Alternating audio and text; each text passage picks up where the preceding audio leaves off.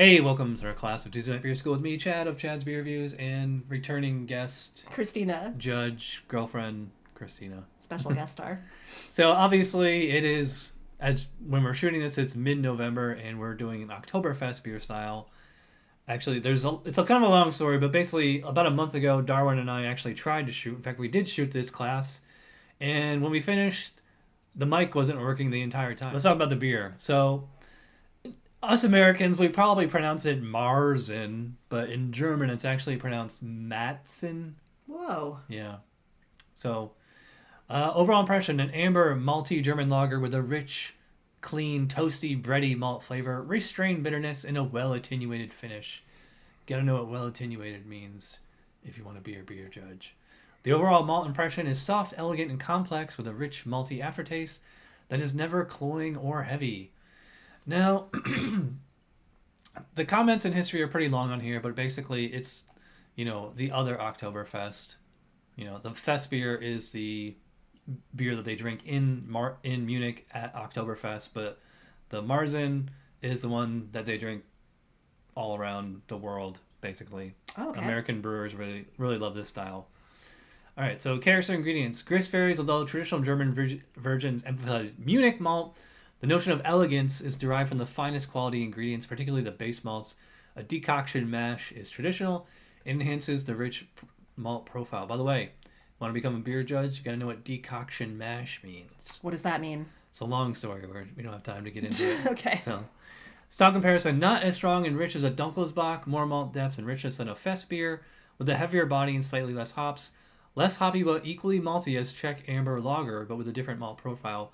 They should also say, it's more of a copper color compared to Festbier, which is more amber or golden.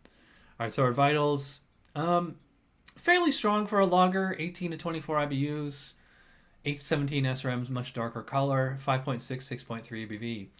And we do have one of these beers on our fight card tonight. So just like we did with Festbier a few months ago, we're doing 2 rounds of American versus German. So in round 1, we'll be doing Ayinger Oktoberfest-Märzen versus Bell's Oktoberfest. In the second round, we have Hacker-Pschorr versus Yuengling. But Yuengling is actually a German word. It means youngling or like child. Really? Yeah. Thought it was Asian. Yeah. That's what a lot of people think. Yeah. All right, so we're going to we'll pour the first 2 contestants, and we'll be right back. Yeah. Let's start with Ayinger. I would definitely call that malty. Mm-hmm. And it definitely has a fruity kind of essence. Do you get that? Yeah. Do you get any spicy or herbal kind of hops on there? Yeah, it's kind of herby. I just can't pick out what it is. Yeah. To me, it has almost like an apple kind of thing going. Green apple? No, more like red apple. But yeah, it has a toastiness. Mm-hmm.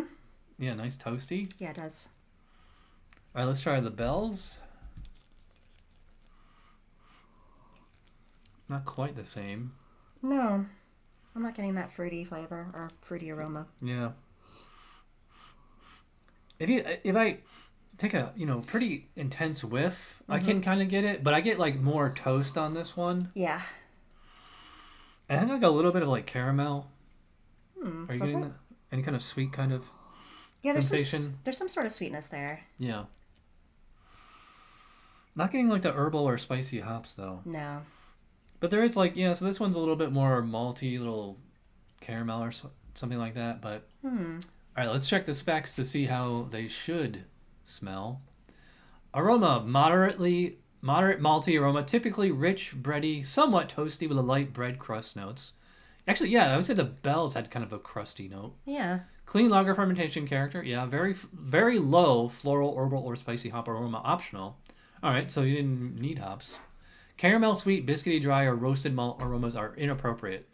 So, I mean, I would say there's kind of an essence of caramel on the Bell's, but it's some of the other American breweries, it's just straight up caramel syrup. Very light alcohol may be detected, but should never be sharp. I'm not getting alcohol in either of these. Nope. Clean, elegant malt richness should be the primary aroma. Yeah, that's true of both of them. Yeah. But the Ayinger is certainly much stronger than the 𝗏𝗏s. So for the Ayinger, I'm going to say at least a 10. I think I could come back to that. What do you think? I'll do an 11 on that one. 11? Yeah. All right, the 𝗏𝗏s, I'm going to go a little low on this one. I'm going to say 8, although that does seem a little low. I could probably bump that to a 9. I'll do a 10. 10? Yeah. Okay. All right, for appearance, I mean, they're almost the exact same shade. Like, from a distance, it looks orange, almost like a pumpkin beer. But I would say it's, we got condensation in the glass, but yeah, it's like a orange copper. Probably, I guess you could call it copper, or it's like a real deep amber. Yeah, it's a little bit darker. Yeah, and as you can see, both of these are still holding the head, and they both did get pretty big foam when we were pouring it. And I will say, both beers are pretty clear. They are. Not crystal clear, but clear. So, let's check the specs about that. Appearance: amber orange to deep reddish copper color, should not be golden. Bright clarity with persistent off-white foam stand. They say bright clarity. Yeah. Should not be golden. Yeah, I wouldn't call either of these golden, right. But it's kind of a splitting hairs about the bright. Actually, I would say the 𝗏𝗏s is actually a little bit brighter than the Ayinger, but yeah, they're both clear. I'm gonna go 3 for both. I'll do 3 for both as well. Okay. They're meeting it. Yeah. Right. So now here comes the best part. We get to taste it, as they would say in Germany. Prost. Prost. Prost.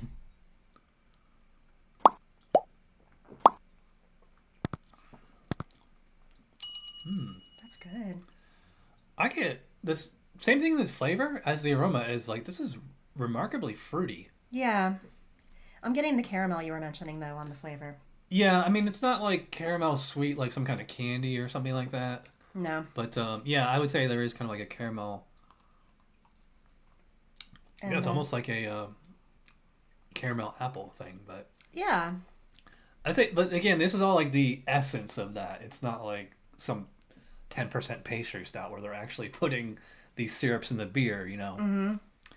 Are you getting toast or bread crust?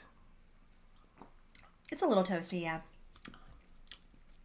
Yeah, and like now I'm getting into it, the hops are starting to come out more. So I do get like it's a light kind of peppery bitterness. I don't think I would call it herbal. It's kind of, a little peppery, almost like rye bread or something like that. Do you think it's pepper, the spice? Yeah, I mean, well, that's just what you get from those German hops, but... Yeah.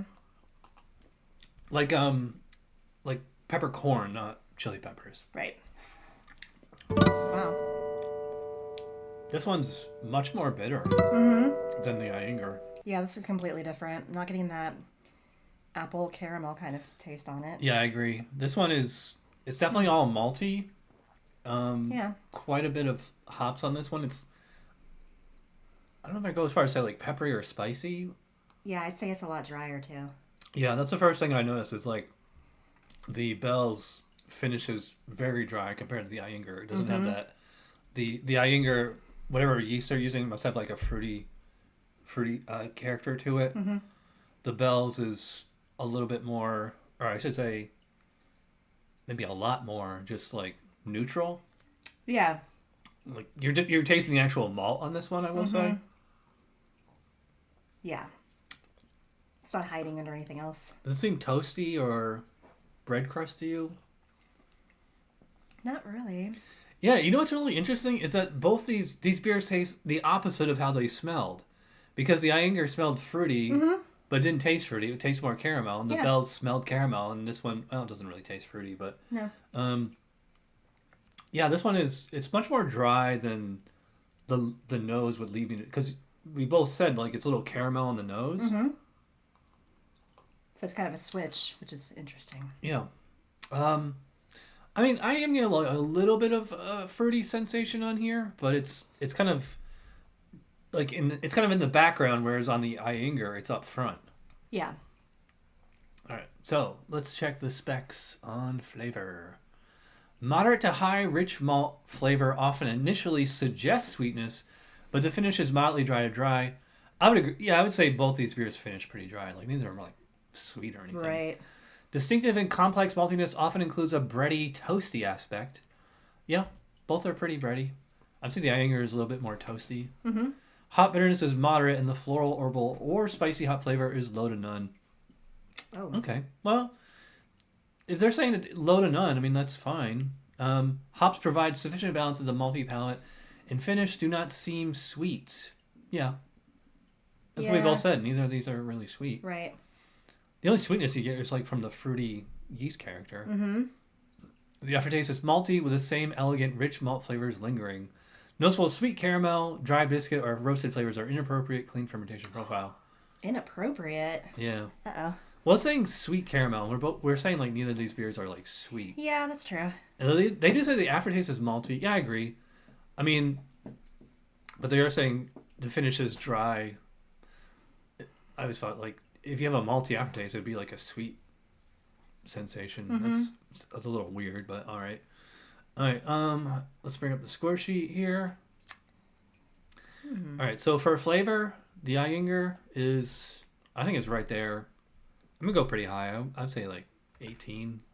I'll do an 18 on that one as well. 18. Yeah.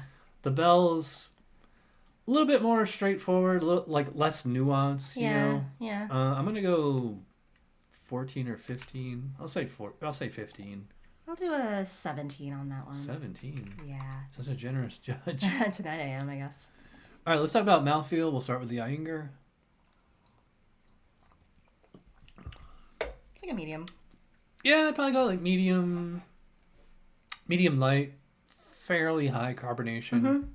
Yeah, it's really, really drinkable. Bell's. The Bell's actually has, I think, a little bit more body to it. Yeah. Like a little bit more. But just a little, like a hair. Yeah, and it has like almost like a softness or smoothness that the Ayinger doesn't have. Yeah. I think the Ayinger is a little bit more carbonated than the Bell's, but I mean, they're very, very similar as far as the actual delivery. You know. All right, let's check the specs on mouthfeel. Medium body with a smooth, creamy texture that often suggests a fuller mouthfeel. Medium carbonation, fully attenuated without a sweet or cloying impression. Maybe slightly warmer, but the strength should be relatively hidden. All right, well, yeah, both of these are medium. I could even say like slightly medium light, smooth, creamy. I don't know. I wouldn't go as far as say creamy. No. I'm surprised they're using the word creamy because when I think creamy, I think like stout, not lager. You know. Yeah. I mean, I will say the actual texture is smooth and like maybe soft is a better word. Mm-hmm. Medium carbonation. I think, yeah, I guess both would be like medium. Fully attenuated, yeah. I don't think either of these is perfect for mouthfeel, but I would give a 4 to both. I'll give a 4 to both as well. 4? Yeah, it's almost there. Okay. All right, overall impression. I mean, the Ayinger, this is one of our German examples. Is there any reason not to give it a full 50? But again, we're always judging the container in front of us, so this has like, a bit of age on it. But yeah, it's right there for the specs. I'm going to say 9. What do you think? I'll do an 8. 8. On the Ayinger. The Bell's is really good too, but it's a little lacking. I'm going to go 7. I'll do a 7 as well. 7? Yep. All right, so we went 44 for each on the Ayinger, but we kind of split a little on the Bell's. You seem to like it a little bit more than me. Yeah. I mean, I could, if this was a competition, I could come up a point or two, and you could come down a point or two. Mm-hmm. But yeah, that's a pretty close. It's a pretty close race as far as the Ayinger and the Bell's A and B here. All right, so we still have 2 more beers. 2. And we will start with the next flight in just a second. All right, we're back for round 2. And for Germany, we got Hacker-Pschorr. And Cristina has Yuengling Oktoberfest. Mm-hmm. All right, so as always, we will start with the German. So let's give it a whiff.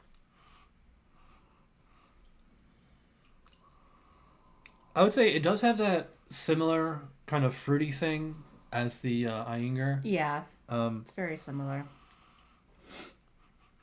This doesn't have the hoppiness of the other one, though. It doesn't smell quite as like peppery or herbal or anything like that. But this one smells more like just straight up like bread. Like I'm getting a lot of bread on this one. That's what that is. Yeah, slightly toasted bread. Otherwise, kind of like a whole wheat kind of bread, which is ironic because there's no wheat in this beer. All right, so let's give the Yuengling a whiff. This smells a little sweeter to me. It does smell sweet. Yeah. I would say this one has the more fruity aroma than the Bell's had. Mm-hmm. What else do you get? Do you get like any... See, I'm not getting hops on this one. I'm not. Which doesn't really surprise me, but... It's just up front. There's sweetness there. Yeah. It smells a little bit more German to me. Yeah. I guess it's apple, like you said. Maybe. Yeah. Some sort of fruit. All right, so we just saw the specs. We don't need to go over them again. We'll just go straight to the score, which you would not do in a real comp. You would have the specs right there with you. Time. Yeah. But after a few flights, you know what's what.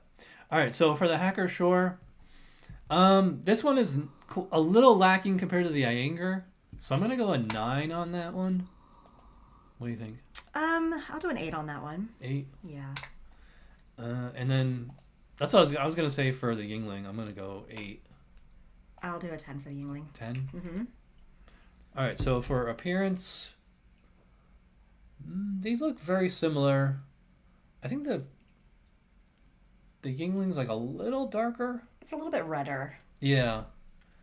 And sorry, there's condensation on the cups, but wow, the Hacker-Pschorr, this one is definitely the clearest of the 4. Yeah. And as you can see, the foam is still lingering on all. Yeah, the Yuengling are definitely the darkest. Mm-hmm. But they're both clear. The colors are right, and they're both holding the foam. Mm-hmm. I'm gonna go full 3 out of 3 for both. What do you think? I'll do the same. Okay. They're right there. All right. So as always, we start with the German one, as they say over there. Prost. Prost.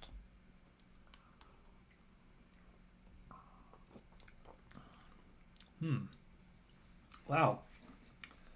I think that one's like even more fruity. Mm-hmm. The first thing I noticed was like that there was a sweetness to it. There's a sweetness to this one. Yeah. That sweetness, I think, is coming from yeast. It's not like they're not putting caramel syrup in here or anything. Although I will say it does have a bit of a caramel kind of a taste to it. Mm-hmm. This one also has quite a bit of hops too. Are you getting buttery? Yeah, a little. Yeah, it's almost like a little bit of like buttered toast. Mm-hmm. That'd be diacetyl. Which Yeah.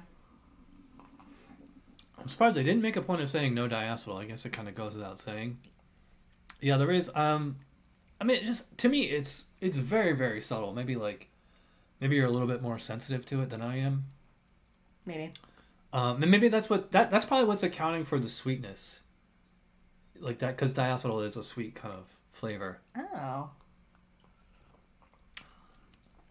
But I also there is quite a bit of kind of a peppery herbal hops on this one. Mm-hmm. Enough bitterness to like really notice. Mm-hmm. So I would say that this beer is actually pretty well balanced. Yeah. Kind of. So I would say it's kind of a caramel sweet impression, but otherwise, very bready, little toasty, a little bit peppery hops. But not sweet. On that one. All right, so we'll start with the Yuengling, or we'll get started with the Yuengling. Cheers. Cheers.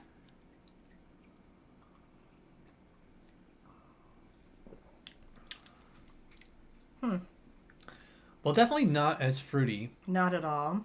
Although that seems to be a same thing as the Bell's. The Bell's wasn't really fruity either. Right. Both of the American beers are finishing a little drier, or they're just drier in general. It is drier. There's no sweetness to that one at all. Which is fine. The spec said, No sweetness. it should not be caramel sweet. Mm-hmm. I think this is it's a little bready, a little toasty. It's kind of, the palate overall is a little mild. I was going to say a little bland.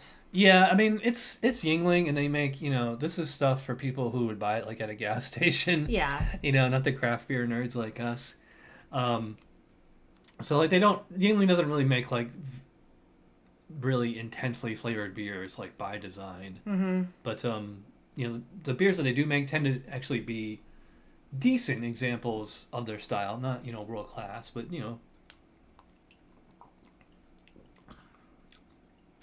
this one, this one's a little dry, especially compared to the Bells. Mm-hmm. And there is I'd probably say it's the hops on this one are a little bit more like floral or herbal. It doesn't have like a spicy kick to it, like the way the two German ones do. Yeah, I can see that. So, all right, we already know the specs. Let's get right back into rating. So for the Hacker-Pschorr, I'm gonna have to ding it a little because it has that buttery sensation. Mm-hmm. It's not quite as good as the Ayinger. Mm-hmm. I'm gonna go, I think 15 on this one. What do you think? I'll do 17 on that 17? 17? Yeah. And the Yuengling, more to spec than not, but just not a great example of style. I'm gonna go 14 on that. Yeah, I'll do a 12. 12? Yeah. Wow. All right, so let's talk about mouthfeel real quick. Start with the Hacker. It's medium. Yeah, medium. That one, because it has a tiny little bit of diacetyl in it, which actually does give it a little bit of a smooth creaminess. I'd say the carbonation seems, of the four, it seems the lowest on that one. That makes sense, yeah. Yeah. And the Yuengling.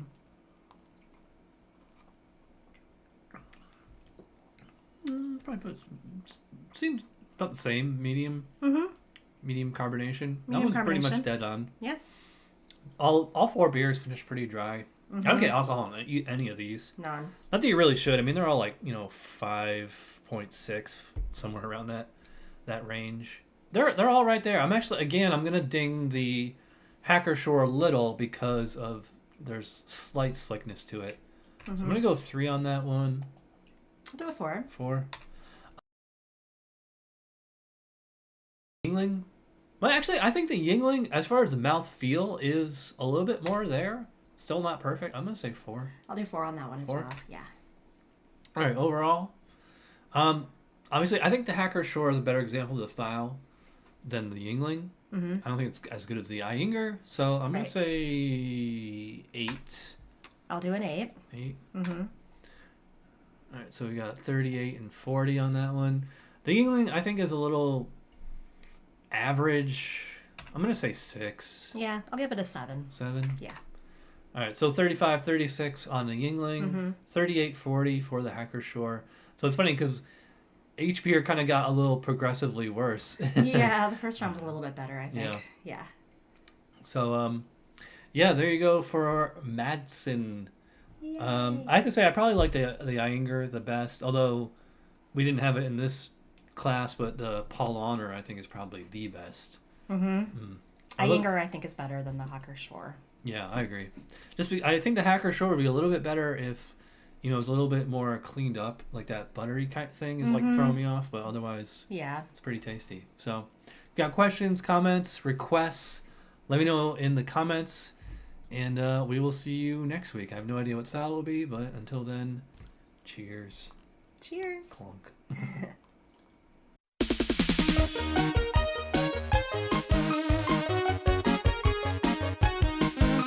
Somebody brewed it, Chad just reviewed it. Thanks for watching Chad's Beer Reviews. Trust me, the next episode will be a lot better.